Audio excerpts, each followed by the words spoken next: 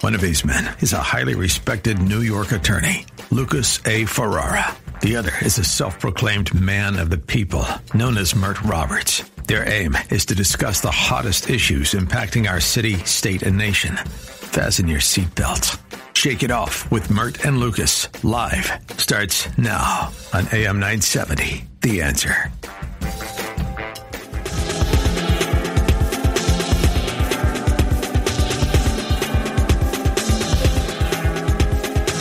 Hey, Pagano, what's that called? Well, Lucas, it's called Never Mind the Chaos, and it's a kind of a fitting song to start out today's show because if we didn't have all this chaos going on in the world, we wouldn't really have a show now, would we? Yeah, you got a point there. And if you want to talk about upheaval, new data reveals that the Democratic Party is bleeding registered voters across the country, while Republicans are steadily gaining ground. Listen to this, Mert. The numbers drawn from 30 states and Washington, D.C. Paint a stark picture. Democrats have lost more than 2.1 million registered voters since 2020, while Republicans have added roughly 2.4 million to their ranks. Yes, our judges like that. The Democratic registration advantage was once at a comfortable 11 percentage points in 2020. It's now just down to 6 points in 2025. This erosion is particularly pronounced in battleground states, Mert, where the margins are razor thin and every voter counts. Let's just look at a couple examples, Mert, and then I'll get your reaction. In Pennsylvania, Democrats held a registration edge over 500,000 voters in 2020. Today, that lead has shrunk to 60,000. They went from 500,000 to 60. Here are a couple more. In North Carolina, Republicans are now within striking distance, just 16,000 voters shy of Democrats, while unaffiliated voters have become a larger bloc. And just a couple more. Arizona and Nevada also show significant Republican gains, signaling trouble for Democrats in key Senate and presidential contexts. Demographic trends are making it worse, Mert. Newly registered male voters, Democratic affiliation has dropped 10 points, dropped from 49% in 2020 to 39% in 2024. And for voters under 45, a group traditionally seen as a Democratic stronghold, registration has plummeted, my friend, from 66% in 2018 to 48% in 2024. What do you think is going on, bud? Well, none of this surprises me because I sit back and I listen to those numbers and the wheels start to turn in my head. I say, is this really an issue? And then I answer my own question. I say it's not an issue because I realize what's going on. What's going on is you had a generational candidate in Donald Trump who was able to appeal to young white men, something that hasn't been done in a very long time. This is what we're talking about here. Young and white African American males and Latino but I'm males more too, concerned not about just white. I'm more concerned about young white men because they're, as crazy as this might sound, they're an underrepresented group in this country. Everybody gets talked about, African Americans, Hispanics, women, the gays. Everybody gets talked about, and the white male feels like they're unheard. So when you have marginalized Trump, white males, hold on a second. White males have marginalized. Hold on a second. Yeah, I don't need. I got this. You trying to put words in my mouth? I got this. Listen, white guys want to feel like they're still involved, invested in this country. They don't want to be silent. So what happened is you get a man like Donald Trump who speaks his mind, unapologetically white. Not embracing hip-hop, not embracing anything black, but he's not necessarily racist, but he's just not embracing hip-hop or anything like that where you see liberal candidates or you might see a conservative candidate try to do that to get votes, but it's not authentic. Donald Trump has convinced young white men It's your duty to go out and vote so that we can take this country back and your voices can be heard. So these numbers that you're reading, they're not surprising to me, because there was no candidate who the liberals could get behind and have that same faith in. Surprisingly, Kamala wasn't a very strong candidate in terms of getting women to support her. A lot of women didn't like Kamala. And that all trickles down to the other candidates throughout the country. There are no liberal candidates at this point in time who are making people want to go out and vote. There is no Barack Obama. Absolutely not. Newsom is trying hard, but it's not resonating. Now, public sentiment says it all, Mert. A recent Wall Street Journal poll found that 63% of voters view the Democratic Party unfavorably. So this is not just white males. This is voters, the entirety of voters, Mert. And that's the worst rating in 3 decades. Now, an AP survey revealed that only 1 in 5 Democrats describe their party positively, with the only 1 in 5, with the rest of them calling the party, ready for this, out of touch, too woke, and weak. This is Democrats speaking, okay? Despite the losses, Mert, Democrats still maintain an edge nationwide, approximately 44.9 million registered voters to Republicans' 38.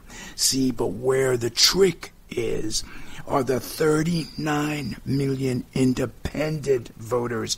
They have more power than you can believe. And strategists on both sides, they're taking note. Democrats are conducting reviews and focus groups. They're spending many millions of dollars trying to figure out how to connect to males. It's ridiculous. While Republicans are trying to engage in redistricting. We've been hearing about all that. Anyway, as the nation barrels toward another election cycle, the question isn't who will win, but whether the Democratic Party can build a seawall strong enough to withstand the surging red wave before it all comes crashing down and sweeping them out to sea. Hey, Bert, think the Democrats need a lifeboat, or are they patching the hull with duct tape and hope? Well, that was very poetic of you. That little rant you just wanted was very poetic. I give you credit for that because that was very well said. However, I will say this. The Democrats have nothing to worry about because that block of independent voters that you speak of, there's a lot of young white men in that group who can lean liberally if there's no cult of personality type of conservative candidate like Donald Trump is. So I anticipate once this MAGA wave, and that wave sound effect, you might could play it right now, but once that wave of MAGA What's the sound effect, Ryan? Give him the sound effect. Go ahead. Once that wave, yeah, there's the wave. There's the MAGA wave. Once that wave crashes into the wall and it's no longer a wave and now it's just the seas are calm once again, I wonder what these numbers will look like for the conservatives, because I think things will go back to normal where you'll see a lot more liberals winning these elections and the numbers go back to how they used to be, because I don't think this is the norm. This is abnormal, which is why we're talking about it. Well, it's certainly abnormal, and I think you're all wet on this one, because I think the trick is, thank you, is to deal with the 39 million independent voters, Mert.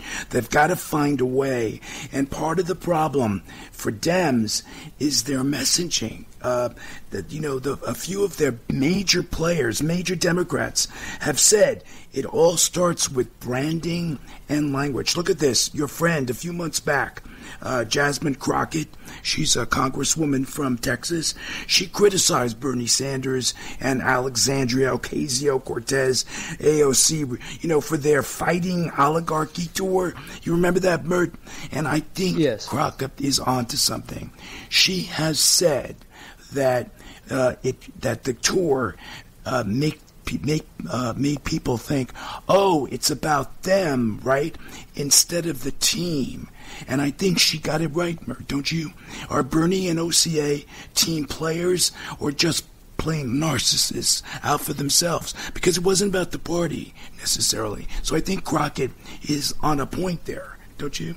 Well, I think you're giving her too much credit, because I realize this. The ultimate opponent to a Democrat is a Democrat who wants that Democrat seat. So the Democrats are most competitive amongst each other. Now, when we start talking about elections and you finally have to go against a Republican because that's your opponent once you get to the final stages, then we can do battle there. But there's always going to be infighting, because Crockett, she wants to be the head Democrat. AOC, Bernie, they might want to team up and start a coalition. Maybe Bernie runs for president, maybe AOC runs for president, and one of them becomes the vice president. So coalitions within parties are going to occur because you have to stand out in your own party. So it's going to be competition. So what you're trying to, the picture you're trying to paint, I'm not buying it, because there's always going to be fighting within the party, because there's always someone who wants to be number one. And Crockett is very aggressive.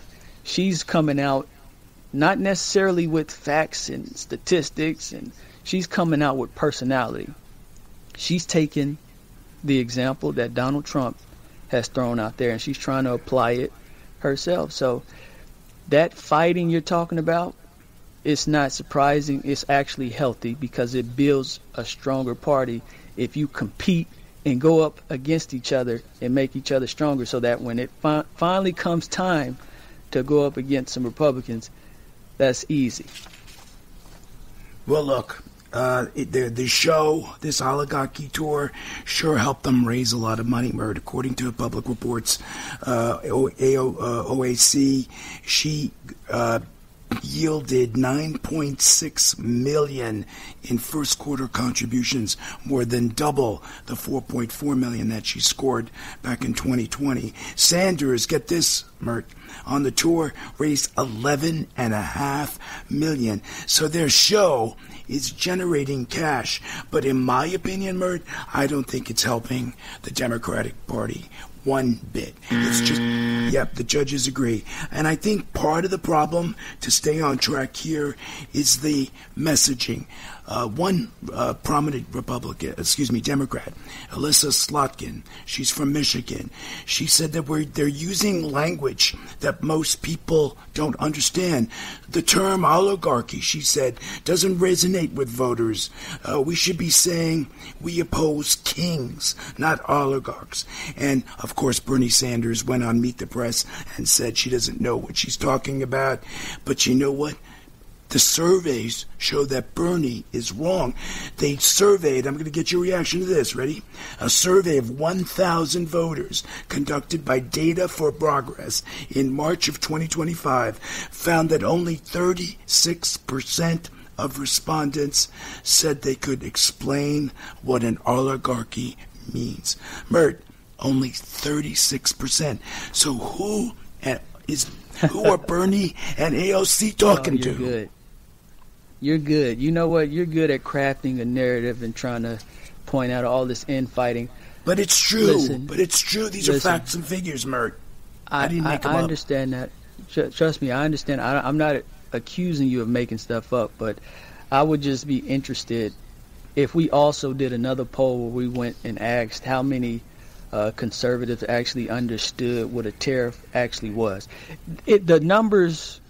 Well, that's an easy one. I think most people understand it's a form of a tax, right? And that when they go to Walmart or Costco, they're paying more. I think that that's a simple... But when you start using fancy schmancy words like oligarchy, 70-something percent, what is that? 64% don't know what it means. How do you connect? How do you have a conversation, Mert, with someone who doesn't understand what you're saying?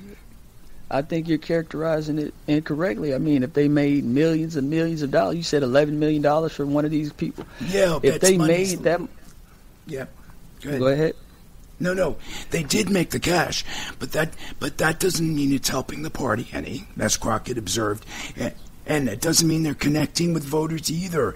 Look, this is what Crockett said. She said in a follow-up interview, I respect the work that Bernie and AOC have done, but I also believe in working within the system to get things done.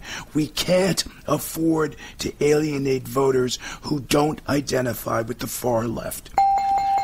Wow, she's actually right. I'm starting to agree with her. Come on, Mert. She's seeing the light of day. Why can't you? She's not right because they made $11 million. I don't care that was Bernie, what the messaging is. If you make $11 million saying anything, you've succeeded. So they succeeded. There's a group out there who wants to hear that language because they actually understand it. They helped themselves. They didn't help the party. The party no, you need that money. Well, hold on a second. Go ahead. Hold on a second. You need money at the end of the day. Just because everybody understands you, they might brush you off and go on to the next thing. Because if you have a simple message, sometimes that message gets washed up in somebody else with their simple message. So if you go out there and you talk about oligarchs, it might force people to go research and think about, what is this person talking about? Oligarchs. It was a successful campaign because we're still talking about it, and Crockett felt the need to address it, and all these other people, that person you spoke of who said they need to simplify their message, she's addressing it because it obviously connected on some level. And I'm not going to disregard that because a poll that said these polls said Donald Trump didn't have a shot and he won. So I don't really take too much stock in these polls. Okay. How about this? Like James Carville. James Carville is a highly respected Democratic strategist. He's also objecting to this language. Okay, he says that the Democrats are getting distracted by woke nonsense. He goes, we're talking about bathrooms and pronouns while Republicans are gutting Medicaid. It's stupid. It makes us look silly. Look, I think what the Democrats have to do is regroup, and maybe they need some assistance from a crisis expert, which happens to be why we have Edward Segal joining us in a few minutes. But look, unfortunately, if this all keeps up, the Democrats are destined to keep losing voters, and like clowns, they'll be fishtailing their clown car straight into a ditch, honking like it's policy. By the time roadside assistance shows up, the only thing behind the wheel will be a raccoon in a pantsuit, shrieking wolf, and clutching a broken GPS labeled messaging strategy. Hey, this is Lucas Ferrara. With me in the studio, of course, you've been hearing from frustrated Mert Roberts. I know, Mert, you want to speak, but I'm honored to announce. I'm not frustrated. You're frustrated because you really think that the Democrats are going to collapse. But no, once Trump is out of there, once Trump is out, you just don't are in denial. You're in denial. But what we can't deny, this is episode number 59. Ladies and gentlemen, it's the Big 5-9. Shake it off with Mert and Lucas Live. We are in our second year, and we thank you for tagging along. Now, you already heard from my co-host, and absolutely no one in this universe messes with the guy. Of course, I'm talking about the one, the only man of the people, the guy many of us, particularly me, call the Mertinator. It's the one and only Mert Roberts. Any sage words of wisdom before we go to break, Mert? Listen, I think you are high on the MAGA supply. I think you're high on that. Get me some oxygen, Ryan. You'll see. Oh, yeah, you got it. Engineering and producing the show, none other than AM 970's Wonder Kid, Ryan Pagano. He's got a critically acclaimed podcast. It's called Pags' Perspective. Please check it out. Also, thanks to Ashley Ferrante. She's in master control. We got two great guests, Edward Segal, he's a crisis manager, and in Hour 2, Lieutenant Colonel Robert McGinnis. He's outstanding. You don't want to miss his take on Ukraine-Russia war. Time for a commercial break. Shake it off with Merton Lucas and Ryan Pagano, Edward Segal, and everyone here at AM 970 will return after these messages. Oh, Edward Segal's out with the book. Called Crisis Ahead, 101 Ways to Prepare and Bounce Back for Disasters. Advice the Democrats need. It would be catastrophic if if you didn't return?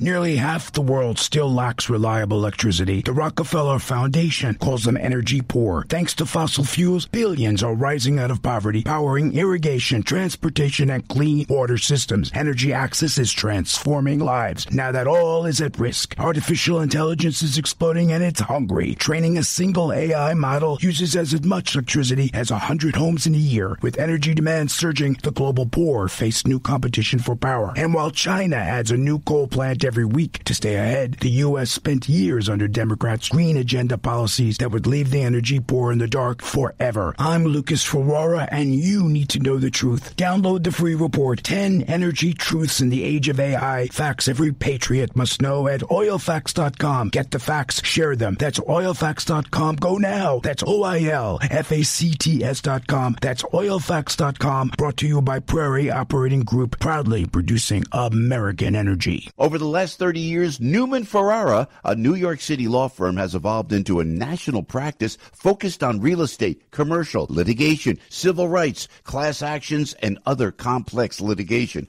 representing many of the city's largest property owners, managing agents, and thousands of tenants. Newman Ferrara handles some of the nation's most significant class actions and civil rights matters. Newman Ferrara at 1250 Broadway in New York City. Go online to newmanferrara.com. That's newmanferrara.com. Listen to the firm's name partner, Lucas Ferrara, every Saturday at 10 a.m. on Dottie Herman's longest-running real estate radio program, Eye on Real Estate on AM 970. A real estate lawyer for 35 years, Lucas is a professor at New York Law School and is also a published author with books on real estate and New York's landlord-tenant law. Tune in Saturdays at 10 a.m. to hear Lucas's unique perspective and advice on Eye on Real Estate. A large retail store just canceled a huge order, leaving MyPillow with a ton of extra MyPillows. That's their loss and your gain. MyPillow is offering the classic collection for wholesale prices.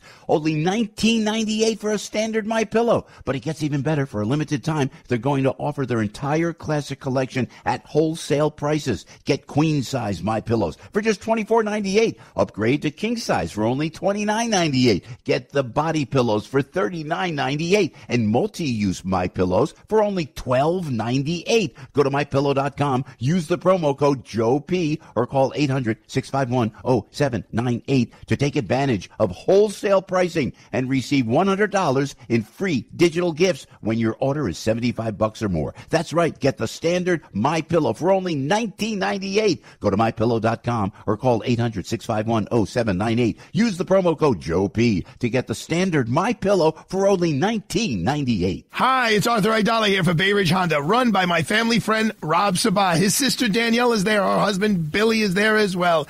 This family-owned and operated Honda dealership has proudly served the 5 boroughs for over 60 years. I've gotten cars there. My whole family does. My friends do as well. Everyone I know goes to Bay Ridge Honda because Rob Sabah and his team are the best and most trusted in the business, and they truly treat you like family. Right now, during the Honda Summer Sales event, Bay Ridge Honda is rolling out exclusive Brooklyn offers on select 2025 models, including the CR-V, the HR-V, the Honda Accord, and the Honda Civic. You can even drive home a 2025 Prologue EX with their exclusive lease offer starting as low as $99 a month.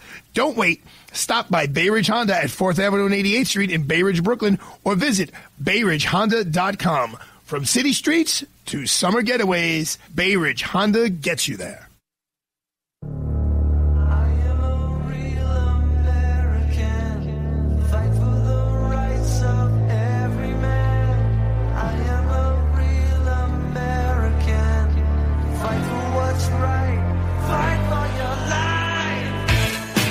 Welcome back to Shake It Off with Mert and Lucas, live on AM 970, The Answer.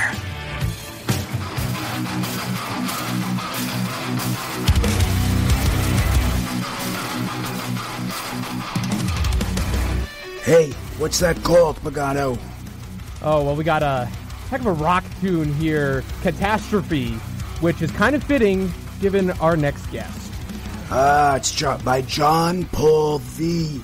Edward Segal has more than 30 years' experience as a crisis management expert. He managed crisis situations as the CEO of 2 trade associations, advised and helped organizations survive disasters, scandals, and emergencies, including the arrest and firing of corporate officers, and conducted crisis management and communication training for hundreds of executives and staff. He's the author of the best-selling and award-winning book, Crisis Ahead, 101 Ways to Prepare for and Bounce Back from Disasters, Scandals, and Other Emergencies. And we need that advice tonight, as well as Whistle Stop Politics, campaign trains, and the reporters who covered them. He's also coming up with a new book. He's going to talk about that. He hosts the Crisis Management Minute on Apple Podcasts and the Federal News Network. That show is rated the number 4 crisis management podcast by FeedSpot. Segal is also a leadership strategy senior contributor for Forbes.com. Welcome back to the program, Ed. Great to be with you again. Listen, Ed, the Mertonator has a question for you. Be ready. I'm ready. Yeah. I'm listen.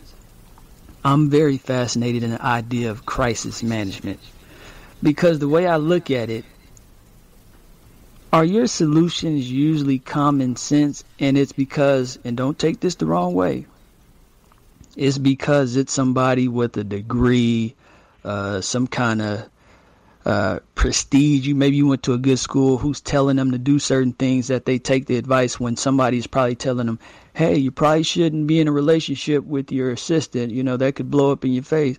But you come in and you say the same thing and they listen to you because you are fancy crisis management specialist. Do you find am I off with thinking that, or correct me if I'm wrong? No, you're absolutely right. Whether it's a crisis or just plain good common sense advice, corporate executives will often pay more attention to an outside consultant or someone who's written a book than they will to their own staff. It's unfortunate, but it's true. And if crisis management was so easy, I wouldn't be writing all those books, and there wouldn't be such a large crisis management industry. But people need advice, and there's people like me who have experience in the trenches, the good, the bad, and the ugly ways to prevent, manage, and recover from a crisis. And I'm very happy to share that advice in my books. And we really now, a question I would ask you, let me ask him one more follow-up. Yes, good. As a kid, were you good at getting out of trouble or something like that? Like, what made you good at this? That's a where fair people question. said, because I'm assuming you had to start before there was ever a crisis that you had to solve. So what gave you the initial experience to say, I can solve crises? Politics. I was a press secretary and legislative assistant and campaign aide for several members of Congress and congressional candidates. And that's where I got my first in the trenches, real-life experience about how to get people out of the crisis, how to respond to the press, and how to keep people out of trouble. And that experience led me to careers in politics, public relations, and now crisis management. Hey, Ed, when you last came on the show, we were talking about your book, Whistle Stop Politics. But today, we invited you back on to put your crisis management hat on, because during the first part of our show, we were talking about how the Democrats are tanking. They are tanking. They are bleeding in popularity polls and are having difficulty getting their messaging and branding across. Now, in my opinion, I think their approach to this crisis borders on incompetence, and they're failing to follow a lot of advice outlined in your book, Crisis Ahead. Care to share any insights on that, or am I blowing smoke? No, you never blow smoke. You always have great advice and great observations. And you're right. If the Democratic Party was a company that was having a crisis, I would give it very low grades for how it's following basic best practices for responding to and managing a crisis. They're getting everything wrong that they can possibly get wrong. But the good news is, if they learn from their initial mistakes, there is light at the end of the tunnel, and I think it's possible for them to pull this disaster and hopefully turn it into a success. Now let me ask you this. Oh, you're interrupting him, Mert. Go ahead. Hurry up. Go ahead, Mert. Go. Yeah, let me ask you this. Do you feel like the cult of personality of Donald Trump is a big factor in the poor performance the Democrats have been experiencing? Because before that, they didn't have any trouble, and now you have Donald Trump on the scene, and it makes things difficult because he's very stout in his messaging, and Democrats kind of move, between different issues, and they don't really stick to one. So, you can get a little bit clumsy with your messaging. But Donald Trump, he's on borders, immigration, crime. So do you think it's that Donald Trump is just such a strong candidate that he just totally dismantles the whole Democratic messaging and it forces them to regroup? For certain parts of the population, he has an incredible amount of charisma. I had the opportunity to see him up close and personal a few years ago. I went in as a skeptic, and I just wanted to see how he turned a crowd around and how he was able to whip them into a frenzy. They used to call it charisma. They still call it a charisma. Some people, like you do, call it perhaps a cult of personality. Whatever it is, it's obviously working for a majority of Americans. And he is delivering a very powerful message that's resonating with tens of millions of people. The Democratic Party has to pay attention to what he's doing right, and do what they can to turn it around so that they don't face another defeat in the polls in 2026 or again in 2028 when the White House is up for grabs. But Ed, what is wrong? I mean, even though people are pointing out that their branding and their messaging is an utter disaster, they're doubling down on it. So when it comes to a gender identity or whether it comes to illegal immigration, instead of getting, neutralizing, they're just doubling down on positions that are unpopular. Got any insight on that before we go to the break? Yes, you have to do your research. You have to know who you're talking to, who's on your side, and what you have to do to win over. The Democrats obviously have the wrong message. It's not working. They've lost their traditional base that they used to be able to count on. They have to do their focus groups. They have to do their research. They have to find out what people really want, and they have to change their messages so people are paying attention to them and are willing to vote for them now. Because whatever they're doing, it ain't working, and they have to turn it around very quickly, or they're just going to keep digging themselves into a hole deeper and deeper and deeper. Which the Republicans won't mind, I'm sure. But look, before you came on the program, Ed, their surveys were conducted with Democrats, 1 in 5 Democrats, too woke, too weak.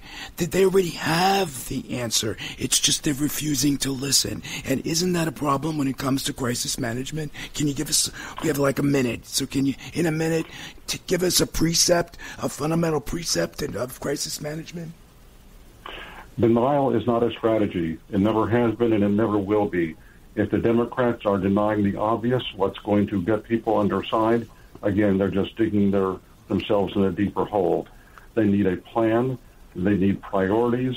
They need an effective spokesperson. They need a message that resonates with the people who they want to vote for them in the next elections. If they don't do that, they're just digging their own grave, and they're just going to be the party of they used to be. They have to be the party of now and the future.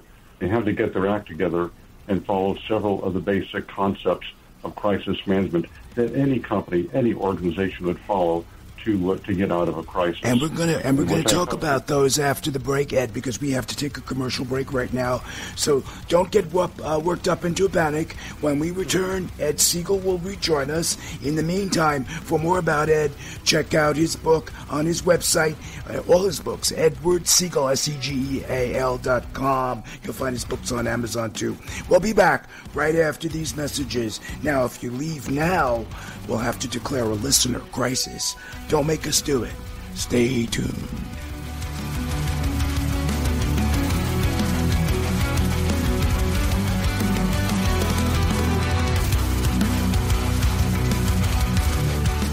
Nearly half the world still lacks reliable electricity. The Rockefeller Foundation calls them energy poor. Thanks to fossil fuels, billions are rising out of poverty, powering irrigation, transportation, and clean water systems. Energy access is transforming lives. Now that all is at risk, artificial intelligence is exploding and it's hungry. Training a single AI model uses as much electricity as 100 homes in a year. With energy demand surging, the global poor face new competition for power. And while China adds a new coal plant every week to stay ahead, the U.S. spent years under Democrats' green agenda policies that would leave the energy poor in the dark forever. I'm Lucas Ferrara, and you need to know the truth. Download the free report, 10 Energy Truths in the Age of AI, Facts Every Patriot Must Know, at oilfacts.com. Get the facts, share them. That's oilfacts.com. Go now. That's OILFACTS.com. That's oilfacts.com. Brought to you by Prairie Operating Group, proudly producing American energy. Over the last 30 years, Newman Ferrara, a New York City law firm, has evolved into a national practice focused on real estate, commercial, litigation, civil rights, class actions, and other complex litigation, representing many of the city's largest property owners, managing agents, and thousands of tenants. Newman Ferrara handles some of the nation's most significant class actions and civil rights matters. Newman Ferrara at 1250 Broadway in New York City. Go online to newmanferrara.com. That's newmanferrara.com. Listen to the firm's name partner, Lucas Ferrara, every Saturday at 10 a.m. on Dottie Herman's longest-running real estate radio program, Eye on Real Estate, on AM 970. A real estate lawyer for 35 years, Lucas is a professor at New York Law School and is also a published author with books on real estate and New York's landlord-tenant law. Tune in Saturdays at 10 a.m. to hear Lucas's unique perspective and advice on Eye on Real Estate. Nowadays, when a lot of food is good and expensive, Michael's of Brooklyn is something that's just plain good. And if you want the best homemade Italian food, then you must get to Michael's of Brooklyn, Avenue R off Nostrand Avenue. Say hello to Fred and tell him Kevin McCullough sent you here to eat fantastic fresh pasta. And if you can't get to Michael's of Brooklyn, then how about joining the Sauce of the Month Club? You get a different jar of Michael's of Brooklyn pasta sauce and homemade pasta and biscotti each month for 6 months. Each month, receive exquisite sauces ranging from arrabbiata to puttanesca and, of course, the fresh marinara. They're family-owned and operated, and I can attest to the authenticity of every one of their recipes. That's why it's stacked in my pantry. Everything is made completely from scratch. Even the sauce they sell in the grocery stores nationwide. They make it right there at Michael's of Brooklyn. So visit michaelsofbrooklyn.com and join the Sauce of the Month Club. That's michaelsofbrooklyn.com or call 718-998-7851. Michael's of Brooklyn, serving the community since 1964.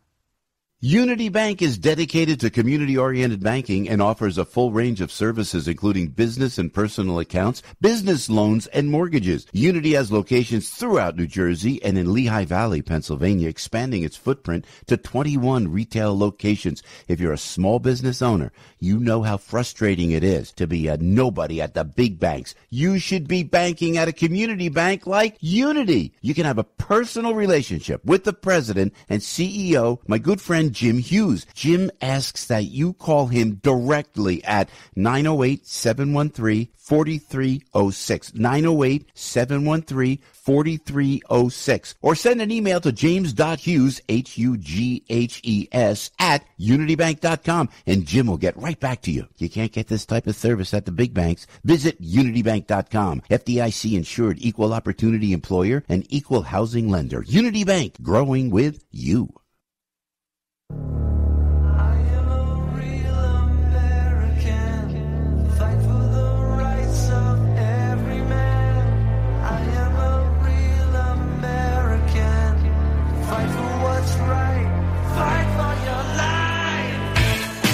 Welcome back to Shake It Off with Mert and Lucas, live on AM 970, The Answer.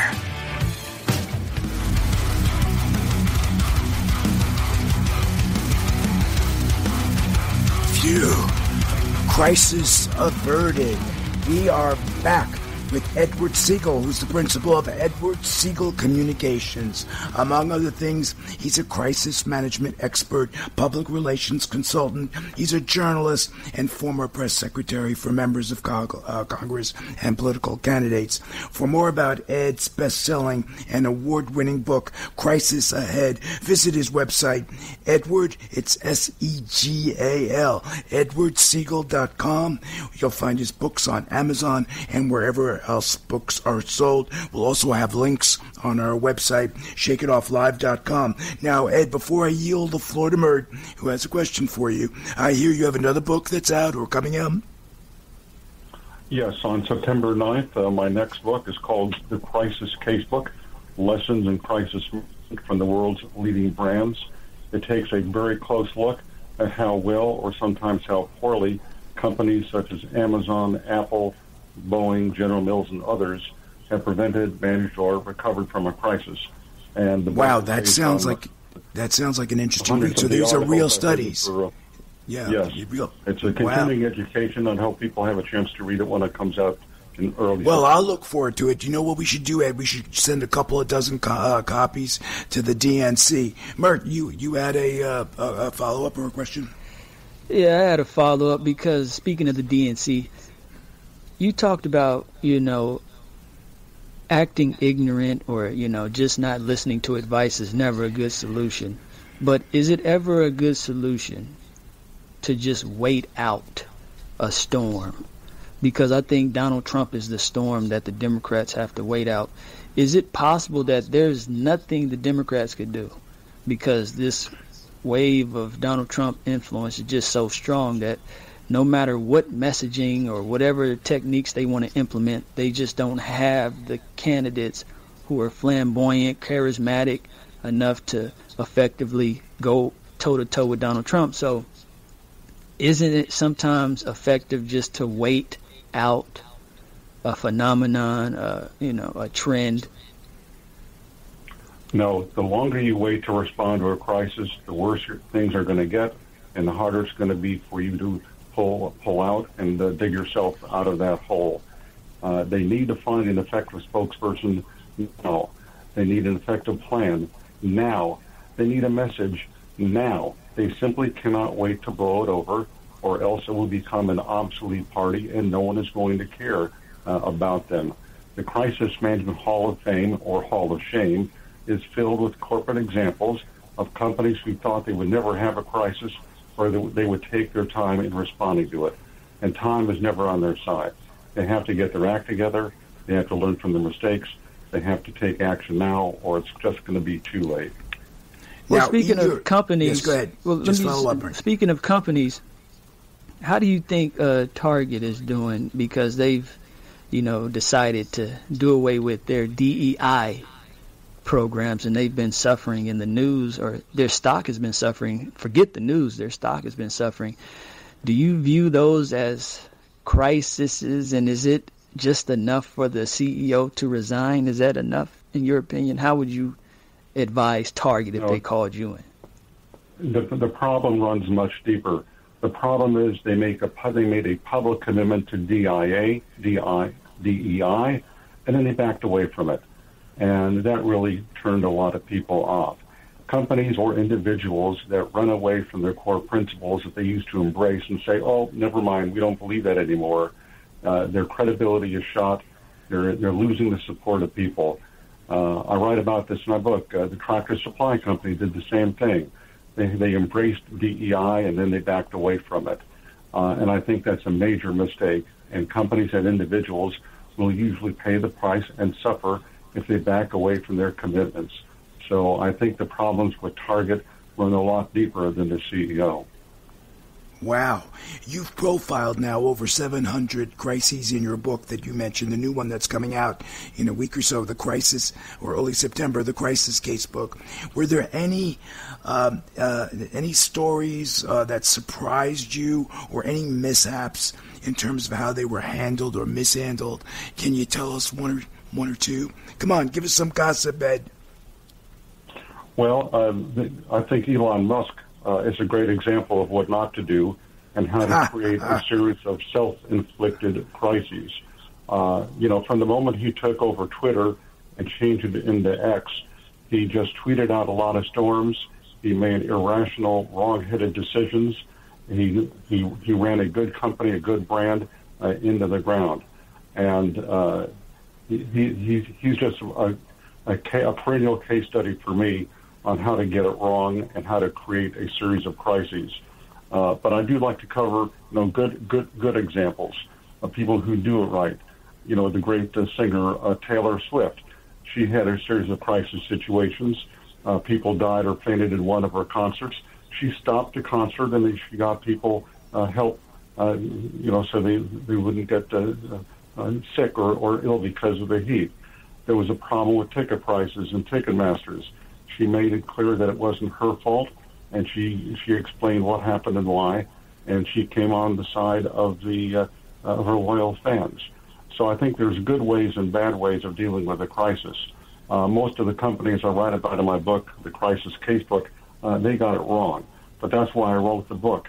I really hope companies and CEOs and senior staff will take the time to study how well or how poorly others have responded to a crisis so they can repeat their successes and hopefully avoid their failures and other mistakes. So let me ask you, Ed, so is the secret respond to the crisis? Because as Taylor Swift, she responded to someone collapsing or people fainting because of the heat. She responded to the ticket overcharging issue. So is that the trick? Respond head on with a solution or an explanation? You need to respond quickly, and if you have a plan in place that will deal with those contingencies, you're making it as easy as possible for your organization to respond. Because unless you have a plan in place, you're going to waste a lot of valuable time figuring what to do, how to do it, when to do it, who's going to represent you, and so on. With those plans in place, when you know there's a crisis, you activate the plan immediately and you go into action. And because of social media, every minute that you're quiet, you're just giving an opportunity for others to fill the vacuum, control the narrative. So you have to have a plan in place, and you have to know what to say and how to say it immediately when a crisis hits the fan. Otherwise, you get further and further behind. So it's immediate. See, you hit on something. Social media is immediate. So now the responding to the crisis also needs to be as fast as possible. Is that what you're saying? Speed matters. Speed matters when getting your side of the story out when a crisis happens, and speed matters so you actually take concrete actions to address the crisis and resolve the situation and learn from it and make sure you don't repeat that same crisis in the future. How honest should you be, Ed, when sometimes you don't want to come out with the truth? See, because you advocate transparency, and that plays an important role in crisis communication. But why do you want to be as honest when the facts are still emerging or there's still an investigation? Is there a way to hedge and stem the bleeding, so to speak? Yeah, you shouldn't hold back. You should tell people what you know, when you know it, and how you know it. If there are things that you don't know, admit it and say, we just found out about this situation, we're taking a look at it, and we'll have updates as soon as possible. But you don't want to lie, you don't want to make things up, because if you lie or are deceitful in any way, when the truth comes out later, and it always comes out later one way or the other, you're just making yourself look bad, you're worsening the situation, you're losing your credibility, and it's just the wrong way to go. So be honest, be truthful, and get the word out right away. Go ahead, Murray. A question that I have is, what do you actually do on a day-to-day basis? Because I don't think that companies have crises every day. So what is your job day to day? Are you sitting around waiting for something to go wrong?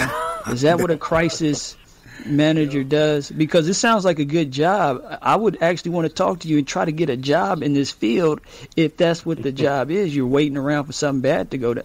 Is that what you're doing?